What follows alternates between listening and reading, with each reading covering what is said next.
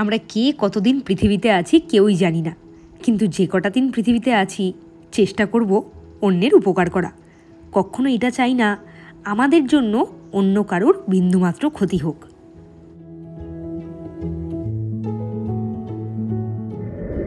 Good morning everyone, welcome back to the channel Roznamcha. শুক্রবার দিন রাত্রিবেলাটা মনটা খুব আনন্দ হয়, আর রবিবার দিন রাত্রিবেলাটা মনটা ততটাই কষ্টে ভরে থাকে।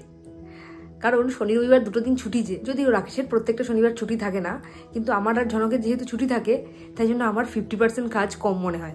আসলে কাজের তাড়াটা থাকে না, তো তাই জন্যই কাজটা কম মনে হয়। একঘেয়ে জীবন কাটাতে কাটাতে না মানুষ একেবারে বোর হয়ে যায়। তাই জন্য মাঝে মাঝে একটু রিক্রিয়েশনের দরকার। এখানে একটু এদিক ওদিক গেলাম, একটু এদিক ওদিক খেলাম। যদিও বেশি বাইরে খাওয়া উচিত না, আমি এই কথাটা বলছি ঠিকই, কিন্তু আমাদের অতিরিক্ত বাইরে খাওয়া হয়ে যায়, শরীরের পক্ষে খুবই ক্ষতিকর। কিন্তু বাইরে মাঝে মাঝে বেরোনোটা খুবই দরকার। তাতে সম্পর্কগুলোও হেলদি থাকে, তাতে নিজেদের মনটাও ভালো থাকে, আর কাজে নতুন করে এনার্জি পাওয়া যায়। আজকে তো সারাদিন যেমনভাবে চলার তেমনই চলবে। অফিস আছে, স্কুল আছে, আগামী দুটো দিন দেখা যাক কোথাও যাই কিনা। শুনছি আবার রবিবার দিন ঝড় বৃষ্টি হতে পারে, কোথাও যাওয়ার সেভাবে চান্স নেওয়া যাবে না। চলো বেশি কথা না বাড়িয়ে দিনটাকে শুরু করি, আর দেখতে থাকো সারাদিন কি করি। এ কি, সকালবেলা ঘুম থেকে উঠে এই দরজা খুলে এটা কি দেখলাম? বুঝতেই পারছিলাম না প্রথমে এটা কি, তারপরে একটু নিরীক্ষণ করে দেখে বুঝলাম এটা একটা পাখির বাচ্চা। ওর হয়তো পায়ে একটু চোট লেগেছিল, তাই জন্য উঠতে পারছিল না, এইখানে এসে পড়ে আছে। তোমরা তো জানোই আমাদের বারান্দায় যেহেতু ফলস সিলিং আছে, সেইখানে পাখি বাসা করেছে। প্রত্যেক বছরই যখন ডিম পাড়ার সময় হয় এখানে আসে। বাচ্চাটা কিভাবে হয়তো পড়ে গেছিল। সকালবেলা আমি কী ভাগ্যে ওর গায়ের মধ্যে পাটা দিয়ে দিইনি না দেখে। রাকেশকে ডাকার সাথে সাথে আজকে উঠে গেছে। আসলে দয়া মায়ায় ভরা মন তো, কী আর করবে। ওই দেখো কতটুকু বাচ্চাটা। আর কি করব এখন, ওকে এখন বাইরেই রেখে দেওয়া যাক। আজকে সকালবেলা ঘুম থেকে ওঠার পরেই দেখছিলাম বাইরে অন্যান্য পাখিগুলো একেবারে কিচিরমিচির করছিল। তখন কারণটা বুঝতে পারিনি। হঠাৎ করে এই ছোট্ট পাখিটার দিকে যখন চোখটা গেল, তখন সমস্ত কারণগুলো বুঝতে পারলাম। হ্যাঁ, আমার মনে হয় জল দিতে হবে নাকি। থাক ওখানে থাক, দেখা যাক আসে কিনা অন্যগুলো। থাক থাক, ছেড়ে দাও ছেড়ে দাও, চলে আসো, আমরা থাকলে আসবে না ওরা। আজ সকালবেলা অনেকটা টাইম কেটে গেল এই পাখি নিয়ে। কি আর করব, ওকে তো আর ফেলে দেওয়া যায় না। এভাবে রেখে দিয়েছিলাম, আর একটু বাদে বাদে এসে উকি দিয়ে দিয়ে দেখছিলাম ঠিকঠাক আছে কিনা। যতই আমরা লুকিয়ে লুকিয়ে দেখি না কেন, আমাদেরকে হয়তো দেখতে পাচ্ছিল অন্য পাখিগুলো, তাই জন্য নিজেদের বাচ্চাকে নিতে আসছিল না। অনেকক্ষণ এরকম করে ওয়েট করলাম আমরা, দেখলাম কিছুতেই কিছু কাজ হচ্ছে না। রাকেশ একবার বলছিল ওকে ওর বাসাতে তুলে দেবে, মানে ওই ওপরে ফল সিলিংয়ের ওপরে। আমি বললাম না না, দরকার নেই, থাক। তাতে যদি আবার ভেতরে ডিম পড়ে যায়, ফেটে যায়, তখন আরও মুশকিল হবে। দেখা যাক না কিছুক্ষণ। এই বাচ্চা পাখিটাও কিন্তু চেষ্টা চালিয়ে যাচ্ছে ওর মায়ের কাছে যাওয়ার জন্য। দেখেছো কতটা এগিয়ে গেছে।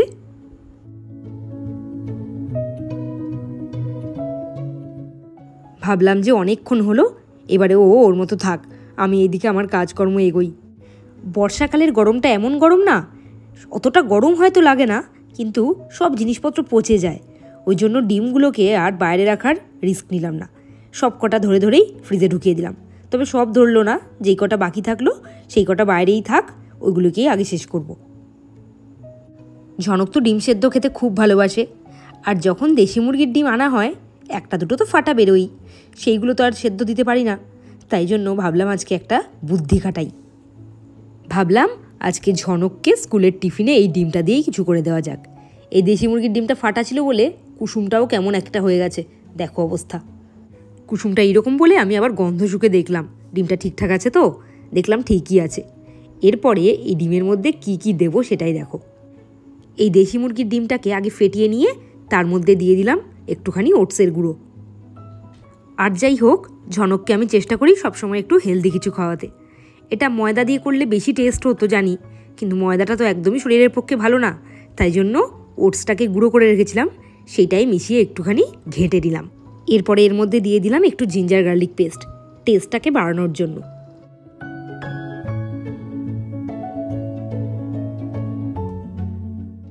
এর মধ্যে দিলাম পরিমাণ মতো নুন আর মিষ্টি, পেঁয়াজ কুচি দিলে আরও ভালো হতো, কিন্তু পেঁয়াজ কুচিটা আমি অ্যাভয়েড করেছি। এর আগে যেদিনকে ওকে এরকম বানিয়ে দেওয়া হয়েছিল সেদিনকে দেখলাম পেঁয়াজগুলো বেছে বেছে ফেলে দিয়েছে। এখন এইটুকু কাজ এগিয়ে রাখলাম, ঝনক যখন স্কুলে যাবে তার আগে ওকে বানিয়ে দেবো। আচ্ছা, সকাল সকাল এই পাখিটাকে দেখে মনটা এত খারাপ হয়ে গেছিলো, আমি বুঝতেই তো পারিনি। আমি ভেবেছি মরে গেছে। তারপর রাকেশকে ডাকার পর রাকেশ তো বললো ঠিকঠাকই আছে, হয়তো পায়ে চোট লেগে। বারান্দায় রেখে দিয়ে আসার পরে বড় পাখিগুলো আসতে ভয় পাচ্ছিল। আমি রাকেশকে বললাম ওখানে থাক, ওরা ঠিক নিয়ে যাবে, দেখবে এক্ষুনি। অনেকক্ষণ ধরে ক্যামেরাটা তাক করে রাখলাম, এলো না। ওরা বুঝতে পারে কিন্তু সব। আমরা যেই নিজেদের মতো নিজের কাজে ব্যস্ত হয়ে গেছি, ওইদিকে আর যাইনি। এখন গিয়ে দেখছি পাখিটা আর নেই, তার মানে নিশ্চয়ই নিয়ে গেছে। দেখবে, দাঁড়াও,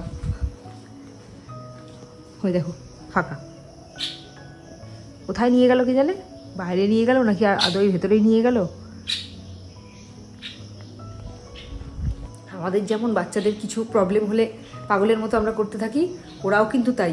ওদের মুখের ভাষাগুলো আমরা বুঝি না ঠিকই, কিন্তু হাবভাবটা দেখে আমি বুঝতে পারছিলাম সকাল থেকেই ওরা কিছু একটা নিয়ে খুব চিন্তিত হয়ে আছে। তখন তো বুঝতে পারিনি, পাখিটাকে দেখে আমি পরে বুঝতে পারলাম যে সকাল থেকে ওরা কেন এইখানটাতে এত ঘোরাফেরা করছে। 7:45 বেজে গেছে, আমার তো স্নান করতে যাওয়ার টাইম হয়ে গেছে। ঝনক এখনও ওঠেনি, আর ওর বাবা তো রেকর্ডিং নিয়ে বসেছে। এখন ওকে তুললেও কোনো লাভ নেই, তাই জন্য আমি ভাবলাম যে আমি তাড়াতাড়ি করে বাথরুমের কাজটা সেরে আসি, ওদিকে রাকেশের রেকর্ডিংটাও হয়ে যাবে, তারপরে ঝনককে তোলা যাবে। ঘুমোচ্ছে দেখো না এখনো পর্যন্ত। সেই রাত্রিবেলা তোমাদের সাথে কথা বলছিলাম তখন শুয়েছিল, এখনও ওঠেনি। ও ঘুমোক এখন, তারপরে আমরা কাজকর্ম সেরে ওর কাজকর্ম সারব।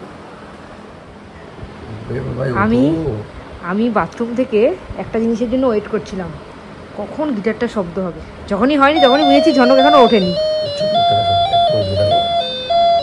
এখন উঠবে, দেখো মুখখানা, এবার এখন উঠবে, হাত দিয়ে খুঁজছে।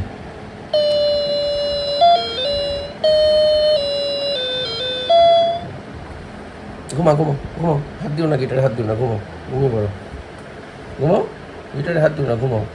হাত তুই ঘুমিয়েছিস। স্টার্ট, আজকের জন্য স্টার্ট। ঝনককে ঘুম ভাঙাতে গিয়ে আমাদেরকে তো কসরত করতেই হয়। আজকে কিন্তু করতে হয়নি, তার একমাত্র কারণ এই গিটারটা। দেখলে তো রাকেশ কেমন বুদ্ধিটা খাটালো। ঘুম থেকে উঠেছিল 8:15-তে, এখন বাজে 9:05। এখনও কিন্তু একবারের জন্য বন্ধ হয়নি, একভাবে চলছে। শুনতে পাচ্ছ নিশ্চয়ই। আমি এবার কি ওর টিফিনটা তৈরি করি, জানি না কি পদ হবে, দেখা যাক। কথাতেই তো আছে, টেস্টি খাবার কখনোই হেলদি হতে পারে না, আর হেলদি খাবার কখনোই টেস্টি হয় না। এটা যদি আমি ময়দা দিয়ে বানাতাম তাহলে কিন্তু দারুণ টেস্টি হতো, কিন্তু আমি তো টেস্টিভাবে বানাবো না, বানাবো হেলদিভাবে। ওই জন্যই ওটসটা ইউজ করেছি। রাকেশকে একদিন করে দিয়েছিলাম, ওর এতটাই খারাপ লেগেছিল, বলেছিল যে আমাকে আর কোনো দিনও এটা দেবে না। তাই আজকে ঝনকের ওপর অ্যাপ্লাই করছি। ফ্রাইং প্যানে যতটা কম সম্ভব অলিভ অয়েল দিলাম, আর এবার এটাকে একটু স্প্রেড করে নিচ্ছি যাতে কোনোভাবেই তলা লাগা না হয়ে যায়। এরপরে আর কি, তেলটা গরম হলেই তার মধ্যে ঢেলে দিলাম সেই ব্যাটারটা যেটা আগে গুলে রেখেছিলাম। এইবার এটা হতে থাক, আর আমি ওইদিকে অন্য কাজগুলো করি এর সাথে সাথে। আসলে হাতে অনেকগুলো কাজ বাকি, আর আজকে একটু দেরি হয়ে গেছিলো।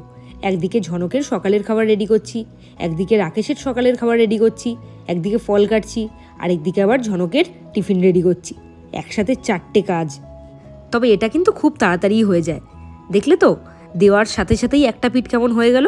এবার উল্টে দিই, যা, অন্য দিকটা একটু বেশিই লাল হয়ে গেল, তাতে আর কি হবে, কোনো ব্যাপার না। উল্টো পিঠটা এবার হতে থাক। উল্টে দেওয়ার সাথে সাথে কেমন ফুলে উঠলো আর কেমন ডোঙার মতো হয়ে গেল দেখো। এইবারে একটু চেপে চেপে এপিঠ ওপিঠ ভালো করে সেঁকে নেব, যাতে কোনোভাবেই ভেতরটা কাঁচা না থাকে।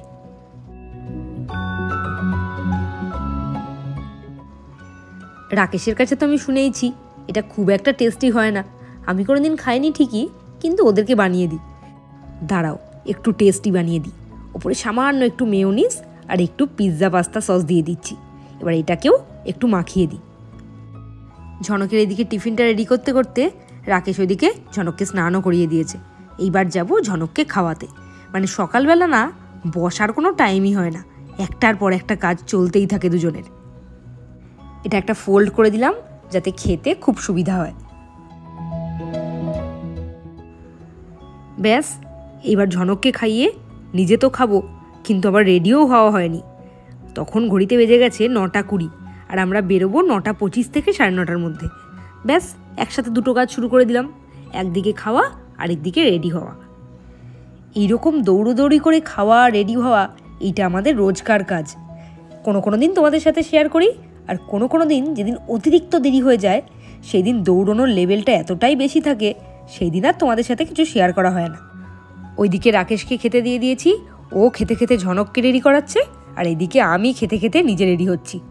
ঘরের মধ্যে যুদ্ধ চলছে, আর কি করা যাবে, এইরকম ব্যস্ততা নিয়েই আমাদের দিনগুলো কেটে যাক। এবারে তাড়াতাড়ি করে বেরিয়ে পড়তে হবে।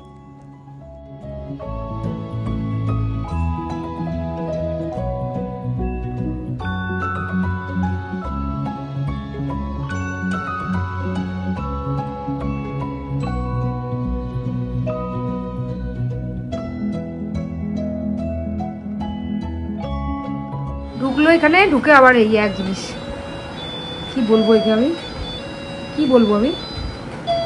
রেডি হয়ে যখন বেরোবো তখন আবার তুমুল বায়না এটা নিয়ে আসবে বলে। আমরা যেহেতু টুইন, আমাদের এখনো পর্যন্ত একজনের যা হয় আরেকজনেরও তাই হয়। আগে হয়তো ভাবতাম একজনের জ্বর হয়েছে আরেকজন একসাথে আছি বলে তারও জ্বর হয়েছে। কয়েকদিন আগে তো আমার জ্বর হয়েছিল তোমরা জানোই, আর দুদিন ধরে রুমের আবার জ্বর। ওইদিকে চেরি বেরিরও তাই, চেরির প্রথমে জ্বর হলো, চেরির জ্বর কমতে না কমতেই এখন বেরির জ্বর। ভাবতে পারছো টুইন হলে বোধহয় এইরকমই হয়। শরীর খারাপ নিয়েও আমাদেরকে কাজ তো করতেই হবে, ওই জন্য আধশোয়া হয়ে কোনো রকমে কাজগুলো কমপ্লিট করছে। আজকে তোমরা ঝনককে যতবারই দেখবে এইভাবেই দেখবে, ওর গিটারটার সাথে। স্কুল থেকে এসে গেছে, এসেই প্রথম খোঁজ হয়েছে ওর গিটারটার তো খোঁজ হয়েছে। আর আজকে আমি ঝনকের ওপর খুব খুশি। আজকে ও টিফিনটা যে শেষ করে আসবে সেটা আমি জানতাম না, আমি ভেবেছিলাম শেষ করবে না। বলে এসেছে তোর টিফিন বক্স ফাঁকা, তাই তো? হ্যাঁ, তখন সন্ধে হয়ে গেছে, আর আজকে রাকেশের অফিস থেকে ফিরতে অনেকটা দেরি হয়ে গেছিল। আমি তো ঝনককে টাইম মতো রেডি করিয়ে দিয়েছি পড়তে যাবে বলে। কত বুঝছে দেখেছো, একটা বই বের করেছে, গল্পের বই, ওইটাই নাকি পড়বে আজকেও। রেডি হওয়ার জন্য তারা দেয়, রেডি হয়ে যাওয়ার পর তখন আর উঠতে চায় না, ফোনটা নিয়ে শুয়েই আছে।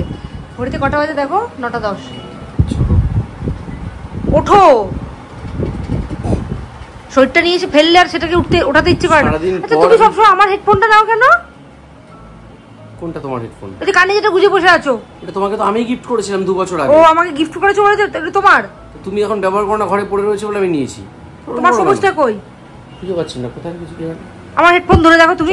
চলো ওঠো। এখানে এই চাপাতাগুলো পড়ে আছে কেন? কেকটা যখন খাবেই না তা চাইলে কেন? কেকটা খাও না, কেকটা প্যাকেটে ভরে রাখো।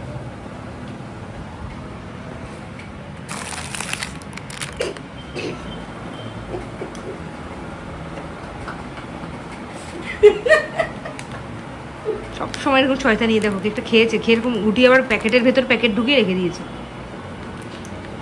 হাসতে হাসতে ঘরে চলে গেছে। এইগুলো তো আমাদের মধ্যে চলতেই থাকে, কখনো এরকম কম সময়ের ওপর দিয়েই চলে যায়, আর কখনো আবার এইরকম অল্প কিছু কারণ থেকেই বিশাল আকার ধারণ করে।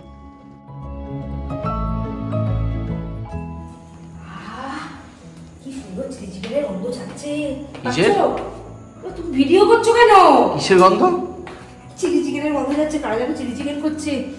হ্যাংলামির একটা লিমিটেশন আছে আমার বেলায়, তোমার বেলায় নেই, তাই তো? আমি তো সবসময় করে করে খাওয়াই তোমাকে, তুমি করে খাওয়াও, তুমি তো একদম আমাকে সবসময় হ্যাংলা বলো। কখনো কি এরকম করেছো, সারপ্রাইজ দিয়েছো? আজকে একটা এই নিয়ে গেলাম চিলি চিকেন, বাড়িতে আজকে রাত্রিবেলা চিলি চিকেন আর হাক্কা নুডলস নিয়ে গেলাম, খাওয়ালাম। নামো, এত বাইরে বাইরে খাও, তারপরে আবার নিয়ে গিয়ে আমি তোমার শরীরটা খারাপ করে আবার ডাক্তারের কাছে ছুটি। চলো, যারা আজকে চিলি চিকেনটা বানাচ্ছে তাদের আজকে কপালে শনি আছে। কিচ্ছু শনি নেই, তোমার অভিশাপে মানুষ মরবে না। অফিস থেকে ফিরতে অনেক দেরি হয়ে গেছিল, ঝনকের তখন পড়তে যাওয়ার টাইম ওভার হয়ে গেছিল, তাই জন্য আজকে পড়ে ফেরার পর আদরটা খাচ্ছে, পেন্ডিং ছিল তো। কত আদর খাবি তুই? সারাদিনই তো খা, সকালে ঘুম থেকে উঠে, স্কুল থেকে এসে, অফিস থেকে আসার পর।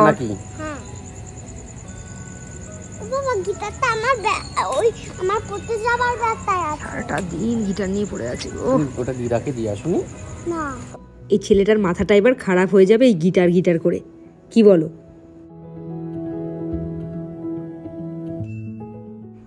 এইবারে আমরা বাড়ির পথে রওনা দিই।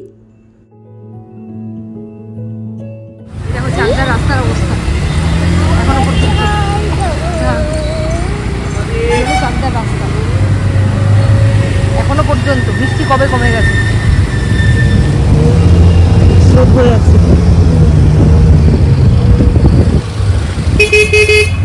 এখনই শেষ হয়নি। এই যে এই অবস্থা, রাস্তাঘাটের উন্নয়ন নাই, ট্রেনের উন্নয়ন নাই, হবেই। বাবা পাটা পুরো ভিজে গেল। 4-5 বছর ধরে এই অবস্থা চলে। বৃষ্টি হচ্ছে তখন আমার ব্যাগটা পুরো ভিজলো, বৃষ্টি হচ্ছে তখন একরকম। যখন 21শে জুলাইয়ের মিটিং হচ্ছে, এখানে উন্নয়ন নিয়ে বক্তব্য দিচ্ছে, আমার তখন এত হাসি পাচ্ছিল। উন্নয়ন জলের তলায়, উন্নয়ন জলের তলায়। হ্যাঁ, চাকদার এই জায়গাটা দেখে তো তাই মনে হয়। সমস্ত চাকদাবাসীরাই তো এইটার সাথে একেবারে ওতপ্রোতভাবে পরিচিত হয়ে গেছো। আমরা যে আর কত বছর এইগুলো সহ্য করব কে জানে। ধনকে আমি একটা কাজ দিয়েছি, সেটা হলো জামাটাকে সোজা করা। অনেকক্ষণ ধরে চেষ্টা করছে, করে শেষ পর্যন্ত মনে হচ্ছে পেরেছে। এই তো পেরে গেলে। পারছি না করো কেন, এই যে পেরে গেছো। বাহ, ভেরি গুড, কি সুন্দর পেরে গেছে। দাও, আমাকে জামা পরা হয়ে গেছে। এর জন্য জল খাবে, চলো। সারাটা দিন গিটার।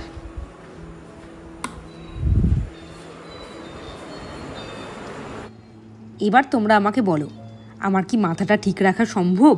কানের সামনে যদি সারাটা দিন এটা বাজতে থাকে। বড় করে রোজকার মতো আরেকটা দিন কেটে গেল, আরেকটা উইকেন্ড শুরু হচ্ছে। কিন্তু এই উইকেন্ডে কোনোরকম প্ল্যান মনে হচ্ছে না হবে বলে। রাকেশের অফিস আছে, তারপরে আবার রবিবার দিন একটা প্রোগ্রামও আছে। আর কি করা যাবে, মনে কষ্ট নিয়েই এই উইকেন্ডটা শুরু করি। আজকে ঘুমিয়ে পড়ি। আর ঝনক আজকে সারাটা দিন যা করেছে, আমার মাথা ব্যথা হয়ে যাওয়াটাই স্বাভাবিক। সারা দিন আজকে সকাল থেকে রাত অবধি ও ওই গিটারটা নিয়ে পড়েছিল। তোমাদেরকে আমি তো শেয়ার করেছি কতক্ষণ গিটার বাজিয়েছে, আর যেটুকু টাইম শেয়ার করিনি সেইটুকু টাইমেও গিটার বাজিয়েছে। এমনকি এখনও পর্যন্ত গিটারটা বাজিয়ে যাচ্ছিলো। এখন মনে হয় ক্লান্ত হয়েছে। এই দেখো পাশে কিন্তু এটা আছে।